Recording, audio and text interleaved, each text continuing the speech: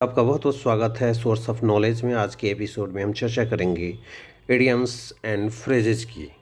Idioms and phrases की चर्चा करेंगे जो कि बहुत ही महत्वपूर्ण टॉपिक है, गागर में सागर का काम करेगा। आप बने रहें इस टॉपिक में। आज हम चर्चा करेंगे एडियम्स एंड फ्रेजेस की। जैसा कि आप देख रहे हैं, कुछ एडियम्स एंड इम्पोर्टेंट फ्रेजेस देखेंगे और ये प्रकाश सर के द्वारा मेरे द्वारा जो है प्रेजेंट किया जा रहा है। चलिए शुरू करते हैं बिना वक्त गंवाए। दोस्तों पूरा वीडियो देखिएगा, आपकी इंग्लिश बहुत बेहतर हो जाएगी। Your English will be better.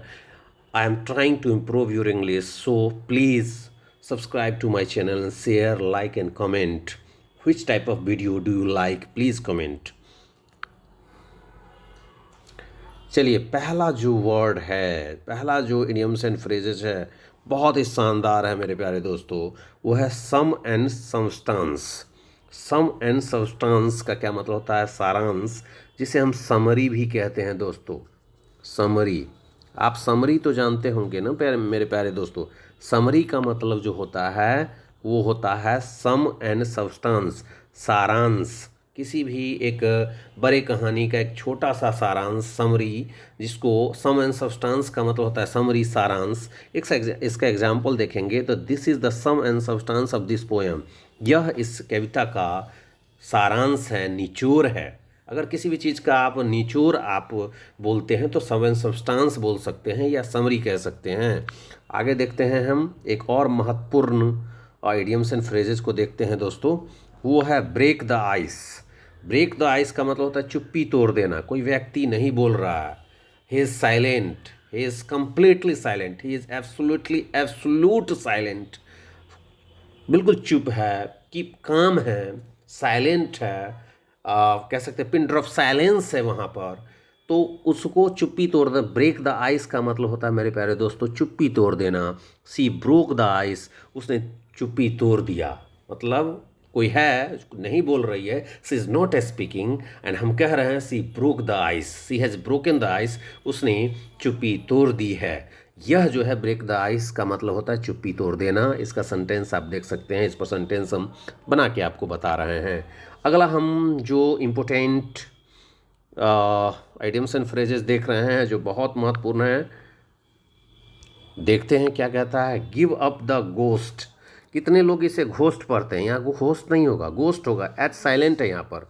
Give up, give नहीं पढ़ना है, गिव अप द गोस्ट। इसका मतलब होता है मर जाना, जिसे हम डाई भी कहते हैं।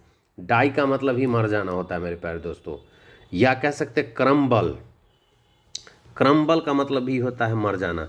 या गिव अप द गोस्ट का मतलब ही होता है मर जाना। क्रम्बल, CRUMBL, क्रम्बल मतलब मर जाना। डाई मतलब भी मर जाना। Give up the ghost, give up the ghost, ghost का मतलब होता है मर जाना। She gave up the ghost yesterday, वह जो है पिछली रात मर गई। अर्थात give up the ghost idioms and phrases का मतलब होता है die, depart from the world, leave the world, है ना, ये दुनिया से चले जाना, है ना। When go from the world, live from the world, depart from the world. Crumble हो सकता है या डाई हो सकता है। गिव अप द गोस्ट का मतलब मर जाना। इस पर एक सेंटेंस बनाया गया है, सी gave up the ghost yesterday. Next देखते हैं जो इम्पोर्टेंट है, हार्ट एंड सॉल। क्योंकि ऐसे ऐसे इस सेंटेंस को हार्ट एंड सॉल का मतलब, हार्ट एंड सॉल का मतलब होता है दिलो जान से। जैसे कहते हैं I love you heart and soul, मैं तुम्हें दिलो जान से प्यार करता हूँ। She loves me heart and soul. Heart and soul एक इडियम्स एंड फ्रेज है जिसका मतलब होता है दिलो जान से। याद रखिएगा माय डियर फ्रेंड्स।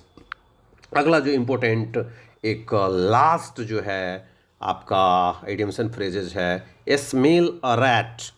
स्मेल और रैट का मतलब होता है शक होना, शक होना, डाउट होना। स्मेल और रैट का मतलब होता है डाउट, डी संदेह होना, DOUBT, डाउट।